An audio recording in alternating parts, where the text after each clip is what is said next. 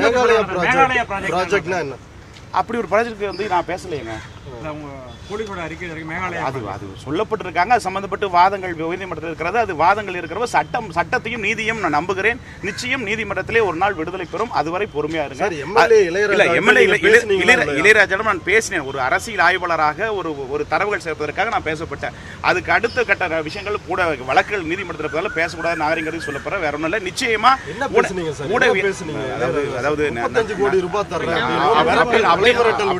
அப்படி நான் சொல்ல அப்படின்னு நான் சொல்லல.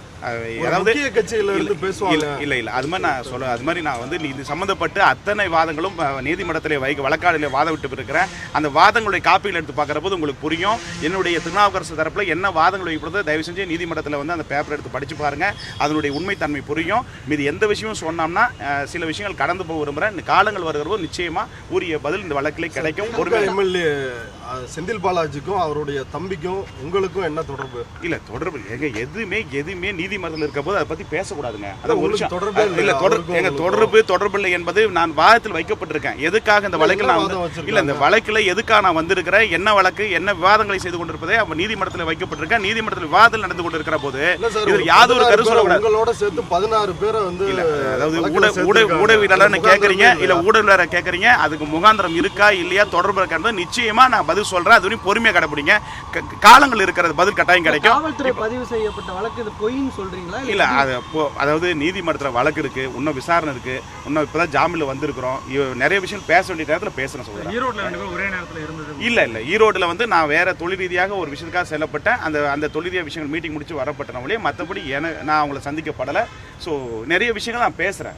நான் ஊடகங்களில் கட்டாயம் சந்திப்பேன். ஏன்னா நான் கிட்டத்தட்ட 25 ஆண்டுகளாக பல செய்திகளையும் பல இதை எனக்கு வெளியிடப்பட்டிருக்கேன். பல கலாய்வுகள் கிட்டத்தட்ட 65 கலாய்வுகள் விடப்பட்டிருக்கேன். இதை குறிப்பாக நம்ம அன்பு சகோதரர் கூட நிறைய ஆய்வுகள் விட்டுருக்கேன். தமிழகத்திலே முதலமைச்சர் விஜய்னு சொல்லக்கூடியது நம்ம முதல்வர் நான் தான். அதே மாதிரி தமிழகத்தில் வந்து 1,40,00,000 ஓட்டு இருக்குன்னு சொன்னவன் நான் தான். இது எனக்கு கிடைச்ச ஒரு பரிசாக நினைக்கிறேன். நிச்சயமா ஒரு நாள் நீதி வெல்லும். அது மாதிரி பொறுமையா இருக்கு. அதாவது எது நடந்தது என்ன விஷயம் எல்லாமே உரிய காலத்தில் சொல்றேன். அதுக்கான கால அவகாசங்களை கொடுங்க. உண்மைகள் ஒரு நாள் வரும். இப்ப சொன்னா நல்லா இருக்கு. ஏன்னா இறுதி மேற்கொண்ட அமர்வுகள் இருக்கு. சிபிஐ விசாரணை கேட்டிருக்காங்க. அதுக்கடுத்து இன்னொரு வந்து ஜாமீன் கொடுக்கப்பட்டிருக்காங்க. அந்த வழக்கம் அடுத்து 1 மாசம் வரப்போகுது. இந்த நொடியில் பேசினா ஒரு விஷயம் சொன்னா எனக்கு தான் பாதிப்பு வரும். அதனால மன உளைச்சல் நான் தான் ஏற்படணும். ஏன்னா எவ்வளவு விஷயம் ஒரு வார்த்தை விட்டு அதனுடைய பாதிப்பு என்ன வழின்னு அது எனக்கு தான் தெரியும். அதனால ஊடகங்கள்லாம் புரிஞ்சுக்கணும்.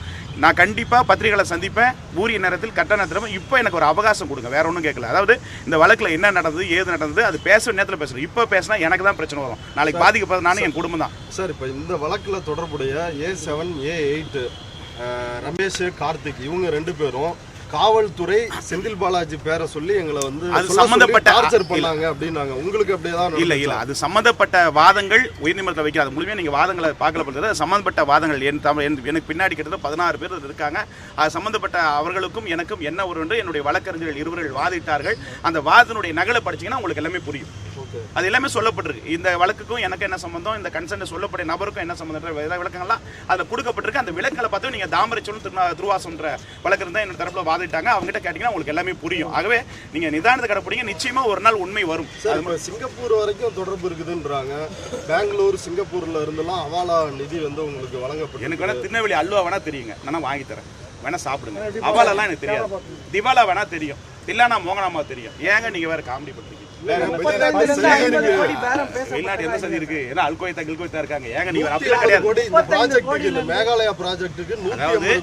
காவல்துறை சொல்லப்பட்டிருக்காங்க. அது சம்பந்தப்பட்ட வழக்கு நீதிமன்றத்தில் இருக்கிறது. நீதிமன்றத்தில் இருக்கிற போது கொஞ்சம் அவகாசம் கொடுங்க. கொஞ்சம் பிரீத்திங் டைம். 37 சாப்பிடலைங்க. உடம்பு சாப்பிட கூட முடியல. ஜெயில கஞ்சி அதாவது சோறு தின முடியல. அங்க ஜெயில மரண வாழ்க்கை கொடுமையா இருக்கு. அதெல்லாம் அனுபவிச்சு பாடியில சத்தியே இல்லை. நான் கட்டாயம் பேசுவேன். நான் பத்திரிகைகளை சந்திப்பேன். இப்ப அடுத்து எலெக்ஷன் வருது. கலாய் விடுவேன். ஸோ நிறைய உங்களை சந்திக்காம நான் ஏமாத்திலாம் ஓடி போகவே முடியாது. உங்களை செஞ்சாங்கன்னா ஏன்னா காலத்தின் கட்டாயம் என்னோட நான் பத்திரிகை நிறைய பேர் செஞ்சு பார்த்துருப்பீங்க. என்னன்னா இப்ப பேசினா எனக்கு தான் பிரச்சனை வரும். பாதிப்பு எனக்கு தான்.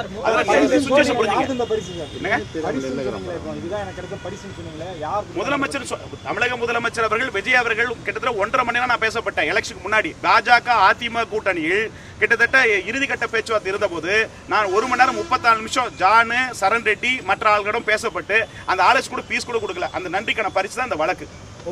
சரியா? இவங்களோட நீங்க தொடர்ச்சியா தொடர்புல தான் இருந்தீங்க. ஜான் ஆரோக்கியசாமி போன எலெக்ஷன்ல வந்து ஜான் ஆரோக்கியசாமியோட மட்டுமா இல்ல ஆதவர்ஜுனா இந்த மாதிரி அவங்களே என்னுடைய கல்லூரியுடைய முன்னாள் மாணவர்கள், நான் சீனியர். கிட்டத்தட்ட 26 ஆண்டுகளும் இந்த கலாய்வில் 2004 தொடங்கப்பட்டு லயலா கல்லூரியில் படிக்கிற போது கல்ச்சுரல் கம்யூனிகேஷன் மீடியா எக்ஸ்பர்ட் சொல்லி கிரெடிட் கோர்ஸ், அந்த கிரெடிட் கோர்ஸ்ல வந்து நான் வந்து 2 இயர்ஸ், அதாவது ஒரு வருஷத்துக்கு 2வது வருஷம் போனா 14 கிரெடிட் இருந்தா போக முடியாது. அது மாதிரி வந்து 2 கிரெடிட் வந்து எக்ஸ்ட்ரா கரிக்குலம். அது மாதிரி நான் அந்த சர்வே எடுக்கப்பட்டு அதன் அடிப்படையில் ஊடகவில் அத்தனை பேர் தெரியும். 2004 தொடங்கி இதுவரை கிட்டத்தட்ட 65 ஆய்வுகளை சந்திக்கப்பட்டிருக்கேன்.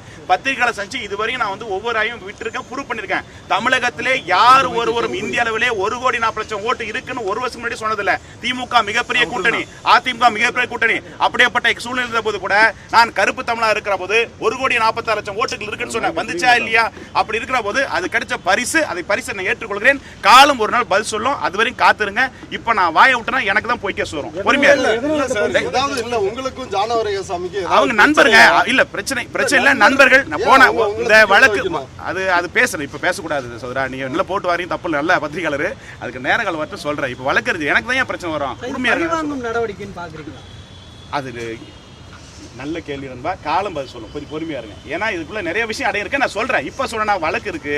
நாளைக்கு எனக்கு தான், நான் நிம்மதி தான் போகும். எவ்வளவு கஷ்டப்பட்டு எனக்கு தான் தெரியும். எத்தனை இரவுகள் தூக்கம் இல்லாம வேதனைப்பட்டு எனக்கு தெரியும். எவ்வளவு அடி வாழ்ந்துருக்கு. கொஞ்சம் பொறுமையா இருங்க.